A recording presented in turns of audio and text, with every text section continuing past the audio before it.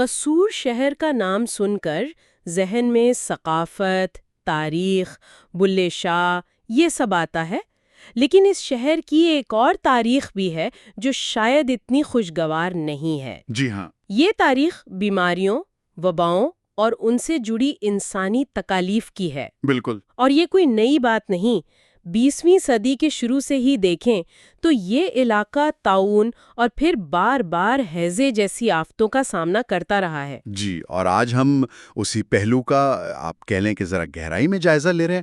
ہمارا مقصد قصور میں ان وباؤں کی تاریخ کو کھنگالنا ہے۔ اچھا۔ مطلب یہ کب پھیلیں، کیسے پھیلیں، ان کے اثرات کیا ہوئے اور ان سے نپٹنے کے لیے کیا کیا طریقے اپنائے گئے۔ اور اس کے لیے ہمارے پاس ذرائع کیا ہیں؟ ہمارے پاس کئی طرح کے ذرائع ہیں۔ دیکھیں، تاریخی سرکاری دستاویزات ہیں، اس زمانے کے اخبارات ہیں جیسے سول اینڈ ملٹری گزیٹ، پیسہ اخبار لاہور، دا پاکستان ٹائمز، ٹیلی گراف، ان کے تراشے۔ پھر مردم شماری کے سرکاری اعداد و شمار ہیں، اور یہاں تک کہ کچھ بین الاقوامی شخصیات جیسے مارگریٹ باک وائٹ، ان کے عینی شاہدین کے بیانات بھی شامل ہیں۔ تو گویا آج کی ہماری یہ گفتگو اس بات کو سمجھنے کی کوشش ہے کہ ان وبائی امراض نے قصور کی زندگی پر کیا اثر ڈالا۔ جی، سماجی، انتظامی، انسانی سطح پر۔ صحت عامہ کے نظام نے کیسے رد عمل دکھایا، سماجی سطح پر کیا تبدیلیاں آئیں، جیسے آپ نے کہا میلے ٹھیلے رک گئے، آبادی پر کیا اثرات ہوئے، اور سب سے اہم، انسانی قیمت کیا تھی۔ جی ہاں، انسانی قیمت کیا تھی۔ تو آئیے ذرا اس میں گہرائی میں اترتے ہیں۔ ضرور۔ تو کہانی شروع کرتے ہیں 20ویں صدی کے بالکل آغاز سے، سال 1901-1902۔ قصور میں طاعون بہت شدید تھا۔ جی، سرکاری ریکارڈز میں تو اسے ضلع لاہور کے طاعون زدہ علاقے کا مرکزی قصبہ تک کہا گیا ہے۔ اوہو۔ بلکہ آثار تو اس سے بھی پہلے نظر آ رہے تھے۔ 1894 میں لاہور کے پیسہ اخبار نے خبر دی تھی کہ فیروزپور اور قصور کے آس پاس چوہوں میں کوئی بیماری پھیلی ہوئی ہے، بڑے پیمانے پر۔ ایک طرح کا اشارہ سمجھا جاتا تھا کہ طاعون آ سکتا ہے، تو یہ تو بہت سنگین صورتحال تھی۔ انتظامیہ نے کیا کیا پھر؟ دیکھیں، کچھ اقدامات کی کوشش تو ہوئی۔ 1901 کے سرکاری گزٹ سے پتہ چلتا ہے کہ ایک اسسٹنٹ سرجن کو خاص طور پر قصور کا ہیلتھ آفیسر مقرر کیا گیا۔ اچھا۔ اور انتظامی سہولت کے لیے قصبے کو 6 وارڈوں میں بھی تقسیم کیا گیا، اور طاعون کے مریضوں کے لیے غالباً الگ رکھنے یا علاج کے لیے ہسپتال بھی قائم کیے گئے۔ یہ تو ابتدائی کوششیں لگتی ہیں بیماری کو کنٹرول کرنے کی۔ جی، اس وقت کے وسائل کے مطابق یہی ہو سکتا تھا۔ لیکن یہ صرف بیماری اور علاج تک تو محدود نہیں رہا ہوگا، اس کا اثر تو روزمرہ زندگی پر بھی پڑا ہوگا، سماجی تقریبات، معیشت۔ جی ہاں، بالکل پڑا تھا، اور یہاں بات واقعی دلچسپ ہو جاتی ہے۔ 1902 میں طاعون کے شدید پھیلاؤ کے ڈر سے قصور کے 3 بہت مشہور بیساکھی میلے، بیساکھی میلے کون سے؟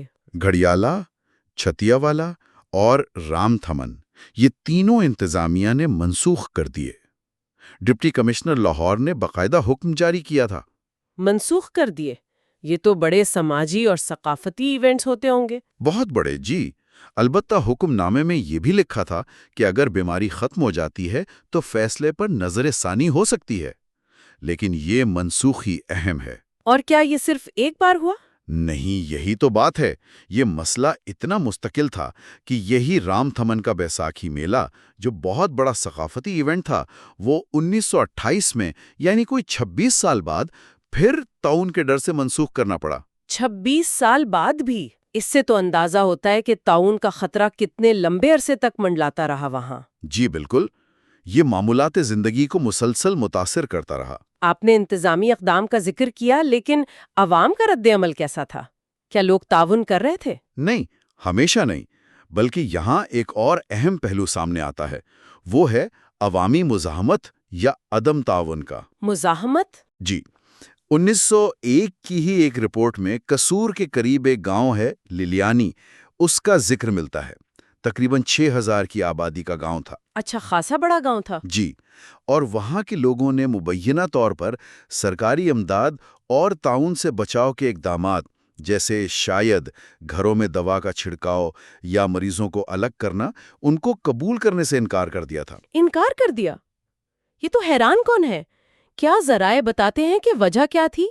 عدم اعتماد تھا یا بیماری کے بارے میں کوئی غلط فہمی؟ ذرائع اس کی تفصیل میں نہیں جاتے، لیکن یہ واقعہ ہمیں اس دور کے سماج اور انتظامیہ کے تعلقات، صحت کے اصولوں کی عوامی سمجھ بوجھ اور شاید تبدیلی کو قبول کرنے میں ہچکچاہٹ، ان سب کے بارے میں سوچنے پر مجبور کرتا ہے۔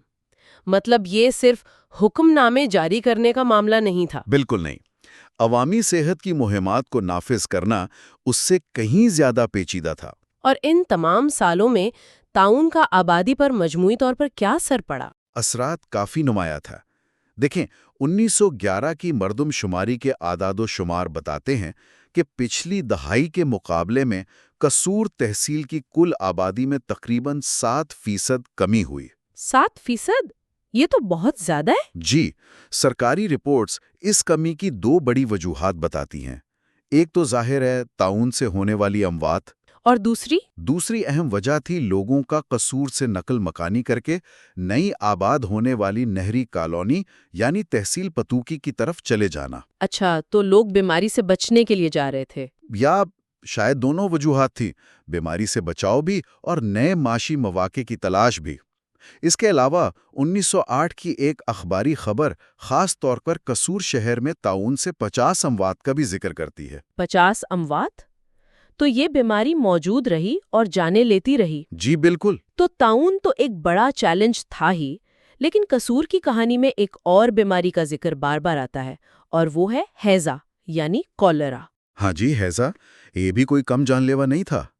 اگر طاعون وقفے سے شدید لہروں کی صورت میں آتا تھا تو ہیضہ گویا ایک مستقل خطرہ بن کر موجود رہا۔ مستقل خطرہ؟ جی، جس کی لہریں بار بار اٹھتی تھیں۔ اس کی جڑیں بھی پرانی ہیں۔ دیکھیں، 1890 میں قصور کے ہی ایک شہری نے میونسپل کمیٹی کو خط لکھا جو اخبار میں بھی چھپا۔ اچھا، کیا لکھا تھا؟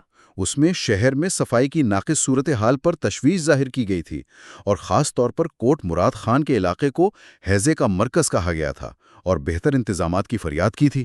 یعنی مقامی لوگ بھی صفائی اور ہیضے کے تعلق کو سمجھ رہے تھے۔ بالکل، یہ بہت اہم نکتہ ہے۔ اور کیا یہ صرف ایک شہری کی تشویش تھی یا واقعی وبا بار بار آتی تھی؟ نہیں، یہ صرف تشویش نہیں تھی، یہ ایک تلخ حقیقت تھی۔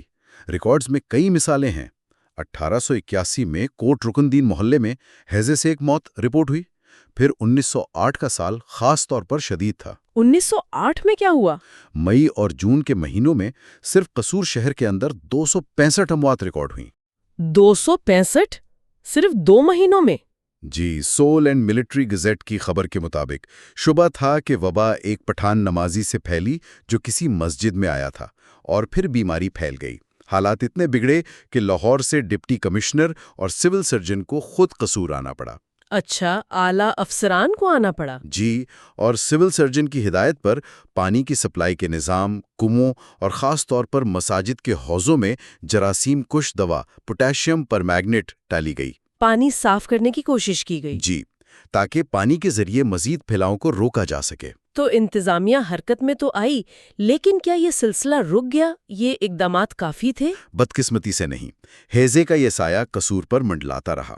اگر ہم 1920 اور 30 کی دہائیوں کو دیکھیں تو یہ مسئلہ مزید سنگین صورتوں میں سامنے آتا ہے۔ مثلاً 1927 میں تو قصور میونسپل کمیٹی کی کارکردگی پر ہی سوال اٹھ گئے۔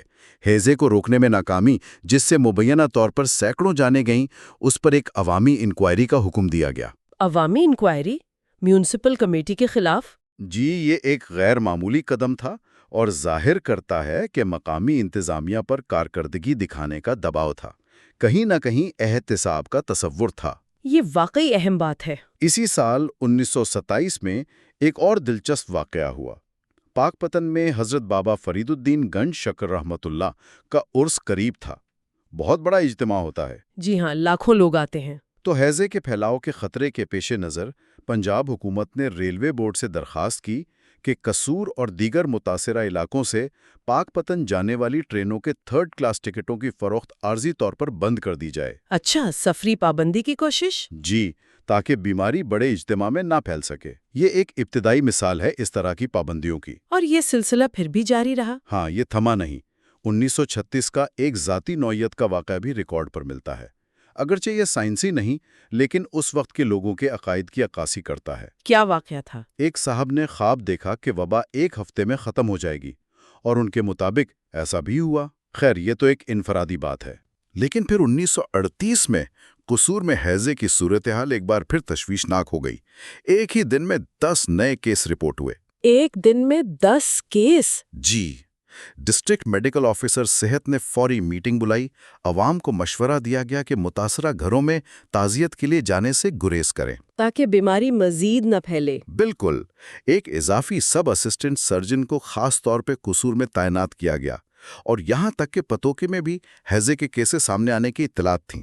تو یہ ایک وسیع مسئلہ تھا۔ یہ تو ایک مسلسل جد و جہد کی تصویر ہے، لیکن پھر آتا ہے 1947 کا سال، تقسیم ہند کا وہ ہنگامہ خیز افراتفری اور تشدد سے بھرا دور۔ جی، اور اس پس منظر میں ہیضے نے ایک اور شاید سب سے زیادہ خوفناک شکل اختیار کی۔ بالکل، 1947 کی ہیضے کے وبا کا تعلق براہ راست تقسیم کے نتیجے میں ہونے والی تاریخ کی سب سے بڑی انسانی ہجرتوں میں سے ایک سے تھا۔ لاکھوں لوگ بے سر و سامان، جی، لاکھوں لوگ اپنا گھر بار چھوڑ کر سرحد پار کر رہے تھے، تھکے ہارے کمزور، اور انہی مہاجرین کے کیمپوں میں ہیضے نے پھوٹ پڑنا شروع کیا۔ خاص طور پر قصور کا مہاجر کیمپ اس وبا کا ایک بڑا مرکز بن گیا۔ قصور کیمپ مرکز بن گیا؟ جی، صورتحال اتنی خراب تھی کہ اکتوبر 1947 تک یہ معاملہ بین الاقوامی میڈیا جیسے امریکی جرائد ان کی توجہ بھی حاصل کر چکا تھا۔ اس وبا کی شدت کتنی تھی؟ کوئی اندازہ ہے؟ اعداد و شمار؟ تخمینے بہت خوفناک ہیں۔ ایک رپورٹ کے مطابق صرف قصور مسلم مہاجرین ٹرانزٹ کیمپ اور فیروز پور سے لاہور جانے والی سڑک کے کنارے جو عارضی بستیاں تھیں، وہاں 3 ستمبر 1947 کے بعد سے ہیضے سے تقریباً 1000 اموات ہوئیں۔ 1000 اموات صرف چند ہفتوں میں؟ جی، یہ صرف چند ہفتوں کے اعداد و شمار ہیں۔ ایک اور رپورٹ جو اگست ستمبر 1947 کی ہے بتاتی ہے کہ کیمپ میں ایک وقت میں ہیضے کے تقریباً 400 مریض موجود تھے، اور ان میں شرح اموات 10% تک پہنچ گئی تھی۔ 10% شرح اموات؟ یعنی ہر 10 میں سے ایک مریض؟ جی، ہر 10 میں سے ایک مریض جان سے جا رہا تھا۔ یہ انتہائی بلند شرح تھی۔ یہ تو تصور کرنا بھی مشکل ہے۔ اتنے مشکل اور افراتفری کے حالات میں کیا کوئی امدادی کوششیں ہو رہی تھیں؟ کوئی مدد پہنچ رہی تھی؟ ہاں، نامساعد حالات کے باوجود کوششیں ضرور کی گئیں۔ ایک بڑی ویکسینیشن مہم چلائی گئی۔ ایک رپورٹ کہتی ہے کہ دریائے ستلج کے پار پاکستان آنے والے تقریباً 2 لاکھ سے زائد مہاجرین کو ہیضے سے بچاؤ کے ٹیکے لگائے گئے۔ 2 لاکھ لوگوں کو ٹیکے لگائے؟ جی، اور قصور میں تقسیم کے دوران زخمی ہونے والے ہزاروں مہاجرین بھی تھے۔ ایک اندازے کے مطابق 4000۔ اچھا، زخمی بھی تھے؟ جی، ان کی دیکھ بھال اور علاج کے ساتھ ساتھ ہیضے کی روک تھام بھی کرنی تھی۔ اس میں لاہور سے آئے ہوئے تقریباً 100 میڈیکل طلباء نے بہت اہم کردار ادا کیا۔ میڈیکل کے طلباء؟ جی ہاں، جناب عبدالحی سعید غالباً ان کے استاد یا رہنما تھے۔ ان کی قیادت میں یہ نوجوان طلباء 12 گھنٹے کی شفٹوں میں کام کر رہے تھے۔ 12 گھنٹے؟ جی، زخمیوں کی مرہم پٹی کرنا، اینٹی ہیضہ ویکسین لگانا اور کیمپوں میں صفائی کے انتظامات کو بہتر بنانے میں مدد کرنا، یہ ایک غیر معمولی انسانی خدمت تھی۔ ان نوجوان طلباء کا کردار تو واقعی قابل تعریف ہے۔ کیا حکومتی سطح پر بھی اس بحران کا نوٹس لیا گیا؟ جی بالکل۔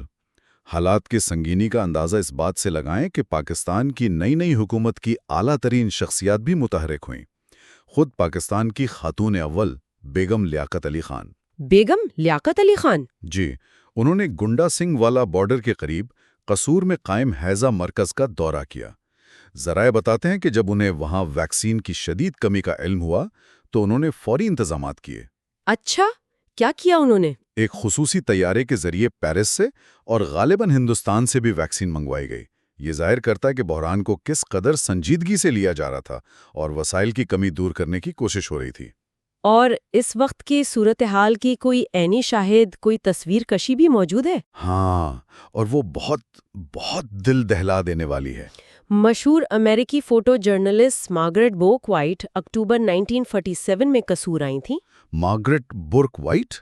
وہ تو بہت مشہور تھی۔ جی، انہوں نے وہاں قائم ایک عارضی ہیضہ ہسپتال کا دورہ کیا اور انہوں نے جو لکھا وہ پڑھ کر رونگٹے کھڑے ہو جاتے ہیں۔ کیا لکھا انہوں نے؟ انہوں نے لکھا کہ ہسپتال میں داخل ہوتے ہی ایک متلی آور میٹھی سی بو آتی تھی، شاید بیماری، دواؤں اور موت کی ملی جلی بو۔ انہوں نے وہاں بے بس مصیبت زدہ لوگوں کا ہجوم دیکھا۔ وہ لکھتی ہیں کہ انہوں نے فرش پر پڑے تقریباً 800 مریضوں کی تصاویر لیں۔ 800 مریض فرش پر؟ جی، یہ الفاظ اور تصاویر 1947 کے اس انسانی المیے کی شدت کو ہم تک پہنچاتے ہیں۔ ریکارڈ سے یہ بھی پتہ چلتا ہے کہ یہ عارضی ہیضہ ہسپتال اگست 1947 میں ہی قائم کر دیا گیا تھا۔ یعنی مسئلہ کافی پہلے شروع ہو چکا تھا۔ جی بالکل۔ یہ سب سن کر تو لگتا ہے کہ قصور نے وبائی امراض کے حوالے سے بہت ہی مشکل وقت دیکھا ہے۔ اگر ہم ان تمام واقعات اور رد عمل کو اکٹھا کریں تو کیا تصویر بنتی ہے؟ کس طرح کے رد عمل نظر آئے؟ رد عمل کئی سطحوں پر اور مختلف نوعیت کے تھے۔ دیکھیے، ایک طرف تو سرکاری اقدامات تھے، ہیلتھ آفیسر مقرر کرنا، وارڈز بنانا، ہسپتال قائم کرنا، پانی صاف کرنا، میلے منسوخ کرنا، حتیٰ کہ سفری پابندیوں کی کوشش کرنا۔ ٹھیک ہے۔ دوسری طرف عوام کی آواز بھی تھی، جیسے وہ 1890 والا خط، صفائی کے لیے التجا۔ تیسری طرف ہم نے للیانی گاؤں کی مثال میں عوامی مزاحمت یا عدم تعاون بھی دیکھا۔ پھر اعلیٰ سطحی سیاسی اور انتظامی مداخلتیں تھیں، جیسے بیگم لیاقت علی خان کا دورہ اور ویکسین کا انتظام۔ اور آخر میں طبی برادری کی کوششیں، خاص طور پر 1947 میں میڈیکل طلباء کا وہ بے مثال کردار۔ تو یہ ایک ملی جلی تصویر ہے۔ اور اگر ہم ان رد عمل اور واقعات میں کچھ عمومی رجحانات یا پیٹرن تلاش کریں تو کیا نکات سامنے آتے ہیں؟ اگر ہم اسے وسیع تناظر میں دیکھیں تو جی، اگر ہم وسیع تناظر میں دیکھیں تو چند باتیں بہت واضح ہیں۔ اول، طاعون اور ہیضہ دونوں بیماریاں قصور کے لیے مستقل یا بار بار آنے والا خطرہ تھیں۔ یہ کوئی ایک دفعہ کا واقعہ نہیں تھا۔ صحیح۔ دوم، خاص طور پر ہیضے کا تعلق صفائی ستھرائی اور پینے کے صاف پانی کی کمی سے بالکل واضح نظر آتا ہے، جس کا ادراک مقامی لوگ بھی کر رہے تھے۔ جی، وہ 1890 والے خط سے ظاہر ہے۔ بالکل۔ سوم، ان وباؤں نے معمولات زندگی اور سماجی ڈھانچے کو بری طرح متاثر کیا، میلوں کی منسوخی سے لے کر لوگوں کی نقل مکانی تک۔ چہارم، عوامی صحت کے اقدامات کو زمین پر نافذ کرنا ہمیشہ چیلنجز کا شکار رہا۔ جیسے وہ للیانی والی مزاحمت۔ جی، چاہے وہ عوامی مزاحمت ہو یا پھر وسائل کی کمی، جیسے 1947 میں ویکسین کی قلت کا سامنا کرنا پڑا۔ اور وہ 1927 والی انکوائری کا کیا مطلب نکالا جائے؟ ہاں، وہ بھی ایک اہم نکتہ ہے۔ 1927 میں میونسپل کمیٹی کی ناکامی پر انکوائری کا حکم دیا جانا یہ ظاہر کرتا ہے کہ اگرچہ نظام میں خامیاں تھیں، لیکن کبھی کبھار ناکامی پر احتساب کا مطالبہ یا کوشش بھی سامنے آتی تھی، یعنی جواب دہی کا سوال اٹھایا جا رہا تھا۔ جی، خود انتظامی ڈھانچے کے اندر سے بھی۔ اور آخری اہم بات یہ کہ تقسیم جیسے بڑے قومی بحرانوں کے دوران جب انتظامی ڈھانچہ کمزور تھا اور آبادی شدید دباؤ کا شکار تھی تو یہ وبائیں اور بھی زیادہ تباہ کن اور مہلک ثابت ہوئیں۔ تو اس ساری گفتگو کا خلاصہ کیا ہے؟ ان تمام ذرائع سے جو ہم نے دیکھا، اس سے کیا نتیجہ حاصل کیا جا سکتا ہے؟ بنیادی طور پر یہ کہ قصور کی تاریخ میں وبائی امراض کے خلاف ایک طویل، کٹھن اور مسلسل جد و جہد کی کہانی چھپی ہوئی ہے۔ ان وباؤں کا پیمانہ بہت وسیع تھا، ان کی انسانی قیمت بہت زیادہ تھی۔ بہت زیادہ۔ جی، ان پر قابو پانے کے لیے مختلف سطحوں پر کوششیں کی گئیں، جن میں کامیابیاں بھی ملیں اور ناکامیاں بھی ہوئیں۔ اور ان بیماریوں نے نہ صرف لوگوں کی صحت اور جانوں کو متاثر کیا، بلکہ قصور کی سماجی، معاشی اور یہاں تک کہ آبادیاتی ساخت پر بھی گہرے اور دیرپا اثرات مرتب کیے۔ اور ماضی کے ان تجربات سے آج کے لیے کیا سبق ملتا ہے؟ دیکھیں، مختصراً یہ کہ تاریخ کا مطالعہ ہمیں یاد دلاتا ہے کہ عوامی صحت کے چیلنجز کوئی نئی بات نہیں ہے۔ ان تاریخی رد عمل کا تجزیہ ہمیں یہ سمجھنے میں مدد دیتا ہے کہ وبا پر قابو پانے میں کون سے عوامل کام آتے ہیں، جیسے بروقت اور مربوط سرکاری اقدامات، وسائل کی دستیابی، عوامی اعتماد اور تعاون۔ اور بنیادی ڈھانچہ جیسے صاف پانی اور صفائی؟ بالکل، یہ ہمیں ماضی کی کامیابیوں اور ناکامیوں سے سیکھنے کا موقع فراہم کرتا ہے تاکہ ہم حال اور مستقبل کے چیلنجز کا بہتر طور پر مقابلہ کر سکیں۔ آخر میں ہم اپنے سامعین کے لیے ایک سوال چھوڑے جاتے ہیں۔ یہ سوال ان ذرائع سے پیدا ہوتا ہے جن پر ہم نے بات کی، لیکن اس کا کوئی سیدھا جواب ان میں موجود نہیں ہے۔ جی؟ سوال یہ ہے کہ قصور میں دہائیوں تک وبائی امراض اور ان سے نپٹنے کی کوششوں کا یہ جو چکر چلتا رہا، یہ اس خطے میں عوامی صحت کے نظام اور لوگوں کی اجتماعی یادداشت کے طویل مدتی ارتقاء کے بارے میں ہمیں کیا بتاتا ہے؟ یہ گہرا سوال ہے۔ انی گاؤں کی مزاحمت یا 1947 کا وہ ہیضہ بحران کیا بعد میں آنے والی نسلوں کے رویوں، مقامی روایات یا مستقبل کے صحت کے بحرانوں سے نپٹنے کے طریقوں پر کسی طرح اثر انداز ہوئی ہوں گی؟ اس پر ضرور سوچئے گا۔